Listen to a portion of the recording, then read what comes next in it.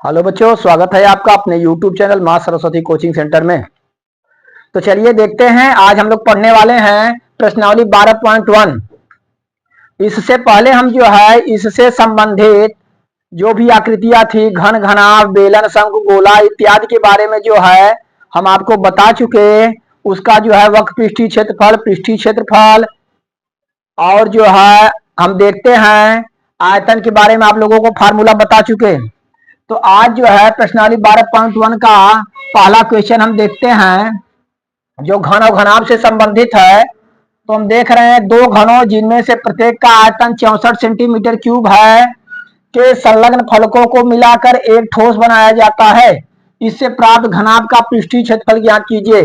ध्यान देंगे, दो घन हैं और घन का आयतन कितना दिया हुआ हमें 64 सेमी क्यूब दिया हुआ है, और दोनों घनों को आपस में सटा दिया जाता है। जब आपस में सटाया जाता है तो एक घनाभ बनता है। तो उस घनाभ का पूछ रहा है पृष्ठीय क्षेत्रफल। चलिए पहले सबसे पहले हम फिगर बनाते हैं। हम देखते हैं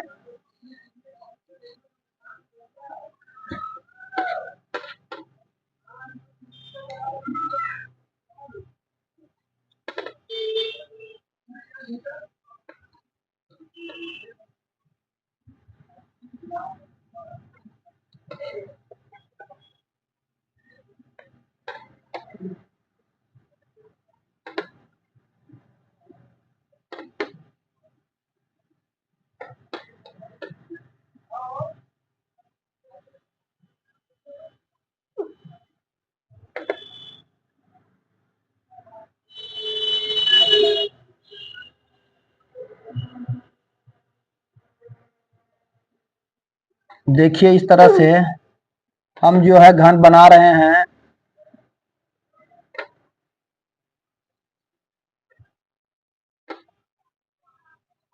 ठीक, इस तरह से एक घन बन के तैयार हुआ। इसमें कह रहा है दो घन हैं और दोनों घनों को क्या किया जाता है, सटा दिया जाता है। तो हम सटा दें।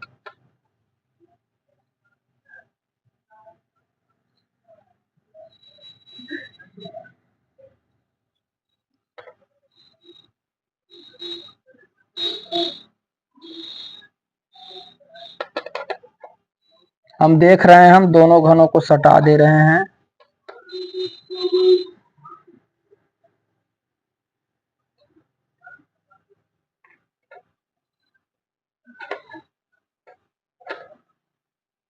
इस तरह से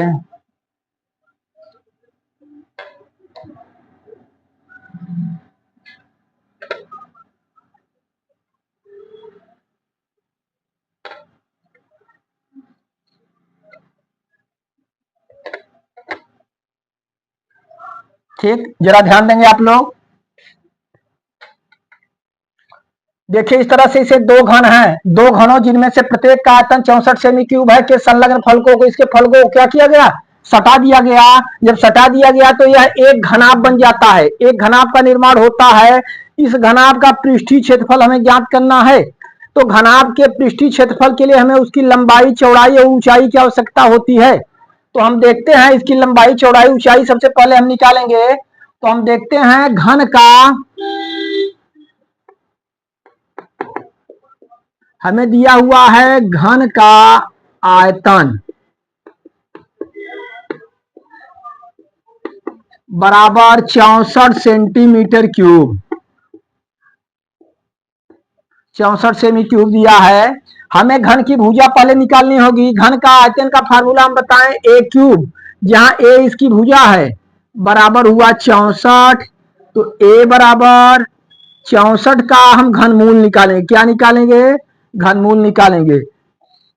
ए बराबर 64 का हम गुणनखंड करते हैं।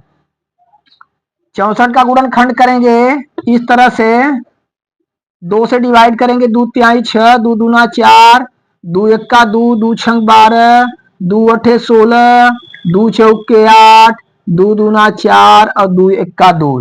इस तरह से 64 का गुणनखंड 1 2 3 4 5 6 2 आए। 1 2 3 4 5 6।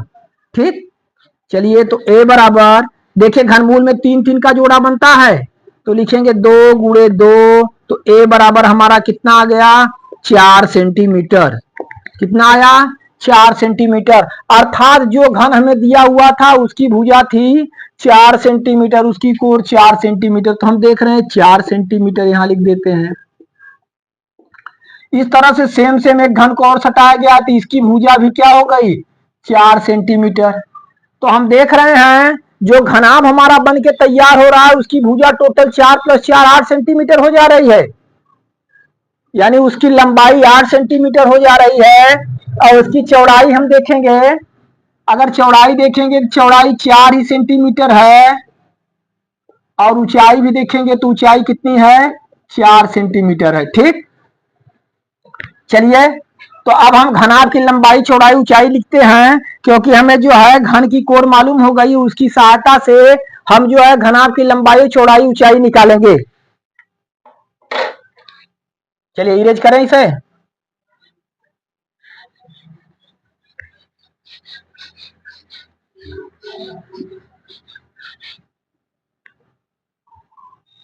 तो हम देखते हैं कि घनाभ जो दो घनों को सटा करके,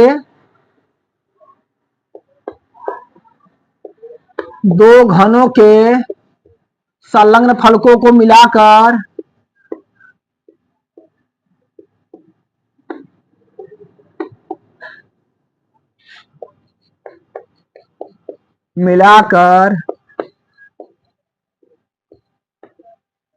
जो घनाभ बन रहा है हमारा, बने घनाभ की लंबाई, बने घनाभ की लंबाई, लंबाई को किससे प्रदर्शित करते हैं, यल से। तो लंबाई हो गया हमारा 4 + 4 = कितना, 8 सेंटीमीटर। कितना सेंटीमीटर, 8 सेंटीमीटर। चौड़ाई देखते हैं हम, चौड़ाई हम देख रहे हैं कितना है, चौड़ाई 4 ही सेंटीमीटर है। चौड़ाई को b से प्रदर्शित करते हैं 4 सेंटीमीटर। और इसकी ऊंचाई, ऊंचाई को भी हम देखते हैं तो 4 सेंटीमीटर है। ऊंचाई को किससे प्रदर्शित करते हैं, h बराबर 4 सेंटीमीटर। ठीक, हमें क्या ज्ञात करना है, घनाभ का पृष्ठीय क्षेत्रफल ज्ञात करना है। पृष्ठीय क्षेत्रफल का फार्मूला आप लोगों को हम पिछली वीडियो में बता चुके हैं। देखिए, घनाभ का पृष्ठीय क्षेत्रफल यानी संपूर्ण पृष्ठीय क्षेत्रफल, ठीक ना। घनाभ का जो हमसे पृष्ठीय क्षेत्रफल पूछा है, संपूर्ण पृष्ठीय नहीं तो पार्श्व पृष्ठीय क्षेत्रफल पूछता। घनाभ का हम लिखेंगे संपूर्ण पृष्ठीय क्षेत्रफल।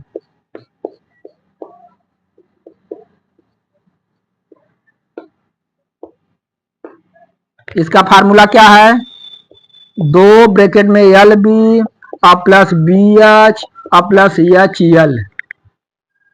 आगे देखिए यहां पर बराबर 2, एल लंबाई कितना है, 8, 8 गुणे चौड़ाई हम देखते हैं, चौड़ाई हमारा 4, 8 गुणे 4 प्लस बी एच है, बी चौड़ाई 4 ऊंचाई 4, 4 गुणे 4 प्लस एच एल है, ऊंचाई 4 और लंबाई 8, 4 गुणे 8, 2 8 चौक 32, 4 चौक के 16, 4 अठे 32, जोड़ दीजिए 2 गुणे 2 2 6 8 8 2 10 की 0 हासिल लगा, 1 3 4 1 5 3 8 बराबर 80 दूना 160 सेंटीमीटर स्क्वायर। कितना आया, 160 सेंटीमीटर स्क्वायर। तो इस तरह से बच्चों हमारा यही आंसर हुआ। तो आइए बच्चों देखते हैं अगला क्वेश्चन। क्वेश्चन नंबर हमारा 2 है, कोई बर्तन एक खोखले अर्धगोले के आकार का है और जिसके ऊपर एक खोखला बेलन अध्यारोपित है। अर्धगोले का व्यास 14 सेंटीमीटर और इस बर्तन की कुल ऊंचाई 13 सेंटीमीटर है। इस बर्तन की आंतरिक पृष्ठीय क्षेत्रफल ज्ञात कीजिए। देखिए, एक कोई जो है बर्तन है जो कह रहा है कि अर्धगोले के आकार का है। कोई बर्तन एक खोखले अर्धगोले के आकार का है और उसके ऊपर एक जो है शंकु अध्यारोपित है। इस तरह से बर्तन है और इसमें बताया गया अर्धगोले का व्यास 14 सेंटीमीटर है और जो बर्तन है उसकी कुल ऊंचाई 13 सेंटीमीटर है। तो पूछ रहा है इसका आंतरिक पृष्ठीय क्षेत्रफल ज्ञात कीजिए। सबसे पहले हम फिगर बनाते हैं, देखिए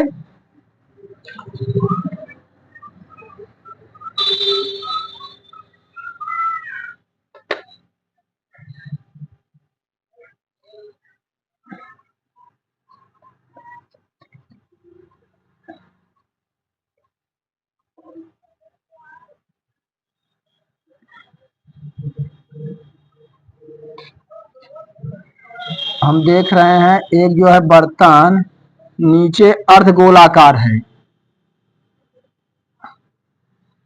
और ऊपर जो है बेलनाकार है। ठीक, इस तरह से कोई बर्तन है,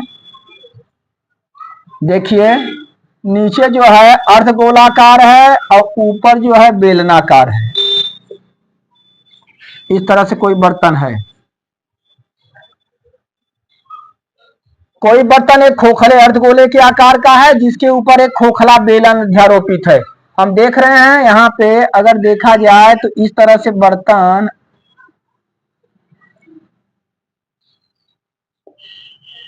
देख रहे हैं, इस तरह से ये खोखले गोले के आकार का है, अर्धगोले के आकार का है और इसके ऊपर जो है क्या रखा हुआ है, बेलन रखा हुआ है। ठीक, इस तरह से बर्तन है।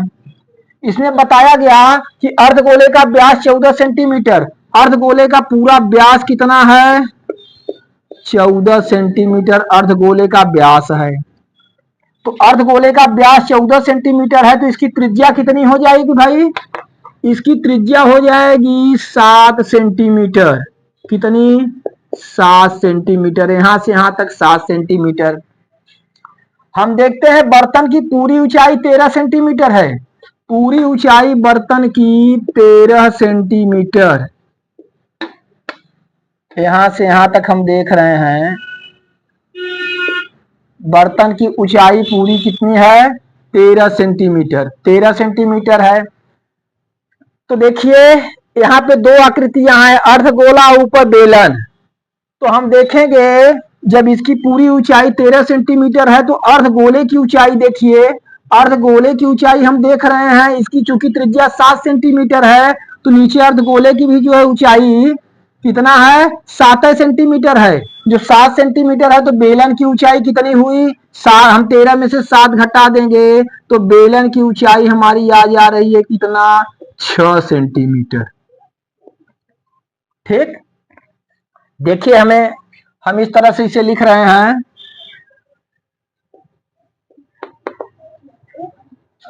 हम देखेंगे अर्धगोले का व्यास, अर्धगोले का व्यास कितना है, 14 सेंटीमीटर।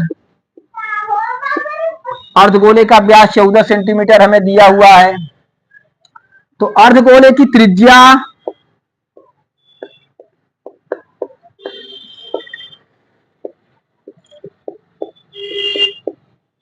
त्रिज्या किससे प्रदर्शित करते हैं, आर से, बराबर होता है व्यास बटे 2 अर्थात 14/2। तो त्रिज्या हमारी कितनी आ गई, 7 सेंटीमीटर। त्रिज्या 7 सेंटीमीटर हो गई। हम देखते हैं बर्तन की कुल ऊंचाई, बर्तन की कुल ऊंचाई देखेंगे, बर्तन की पूरी ऊंचाई कितनी है, 13 सेंटीमीटर। कितनी है, 13 सेंटीमीटर। तो बर्तन की पूरी ऊंचाई जो है, कुल ऊंचाई 13 सेंटीमीटर है। तो बेलन का, हम देख रहे हैं बेलनाकार भाग की ऊंचाई हम निकालेंगे, बेलनाकार भाग की ऊंचाई,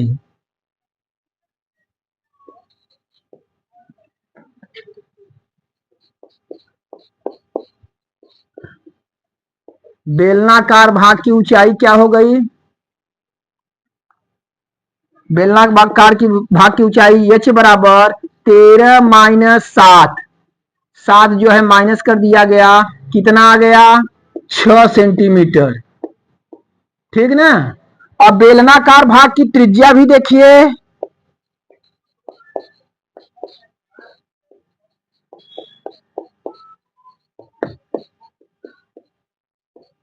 त्रिज्या आर बराबर, इसकी भी त्रिज्या हम आर लिए, इसकी त्रिज्या कितनी है जरा ध्यान देंगे। चूंकि उसी जो है खोखले गोले पर अध्यारोपित है, इसलिए जितना खोखले गोले का जो है त्रिज्या होगी उतनी ही बेलन की त्रिज्या होगी। तो गोले की त्रिज्या हमें आर बराबर 7 मालूम था, तो बेलनाकार भाग की भी त्रिज्या आर बराबर कितना हो गया, 7 सेंटीमीटर। ठीक, इस तरह से हम जो है देखे कि इसकी भी ऊंचाई जो है बेलनाकार भाग की ऊंचाई हमें क्लियर हो गई और इसकी त्रिज्या भी क्लियर हो गई। ठीक, हम देख रहे हैं इस तरह आकार का बर्तन है, तो जो है खोखला गोले का जो है व्यास 14 सेंटीमीटर, तो इसकी त्रिज्या आर बराबर 7 सेंटीमीटर और बर्तन की कुल ऊंचाई थी 13 सेंटीमीटर। तो बेलनाकार भाग की ऊंचाई 13 में से हम 6 घटा दिए, कितना आ गया, 13 में से 7 घटा दिए, सॉरी 13 में से 7 घटा देंगे हम, क्योंकि इसकी त्रिज्या 7 थी, 13 में से 7 घटा है तो 6 सेंटीमीटर हमारा आ गया। और बेलनाकार भाग की त्रिज्या भी जो है गोले की त्रिज्या के बराबर होगी 7 सेंटीमीटर। अब हमें इसका आंतरिक पृष्ठीय क्षेत्रफल निकालना है। तो इसके आंतरिक पृष्ठीय क्षेत्रफल के लिए चूंकि यहाँ पे दो आकृतियां हैं, तो हम अर्ध गोले का भी जो है पृष्ठीय क्षेत्रफल निकालेंगे और किसका निकालेंगे, बेलन का भी निकालेंगे, दोनों को हम जोड़ देंगे तो हमें क्लियर हो जाएगा, इसका जो है आंतरिक पृष्ठीय क्षेत्रफल आ जाएगा। ठीक, चलिए इतना आप लोग नोट करिए, फिर इरेज करते हैं इसे हम। चलिए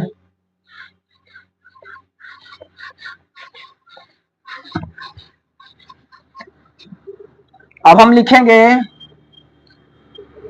बर्तन का आंतरिक पृष्ठीय क्षेत्रफल।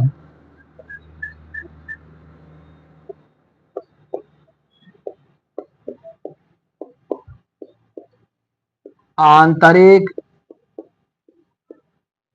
पृष्ठीय क्षेत्रफल बराबर हम देखेंगे अर्ध गोले का पृष्ठीय क्षेत्र वक्र पृष्ठीय क्षेत्रफल और प्लस बेलन का वक्र पृष्ठीय क्षेत्रफल।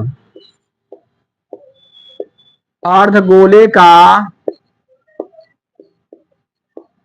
पृष्ठीय क्षेत्रफल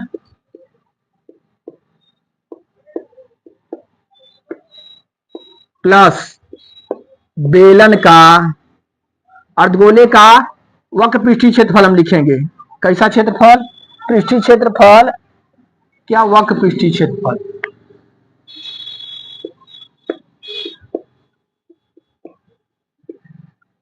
वक्र पृष्ठीय क्षेत्रफल और प्लस जो है बेलन का वक्र पृष्ठीय क्षेत्रफल।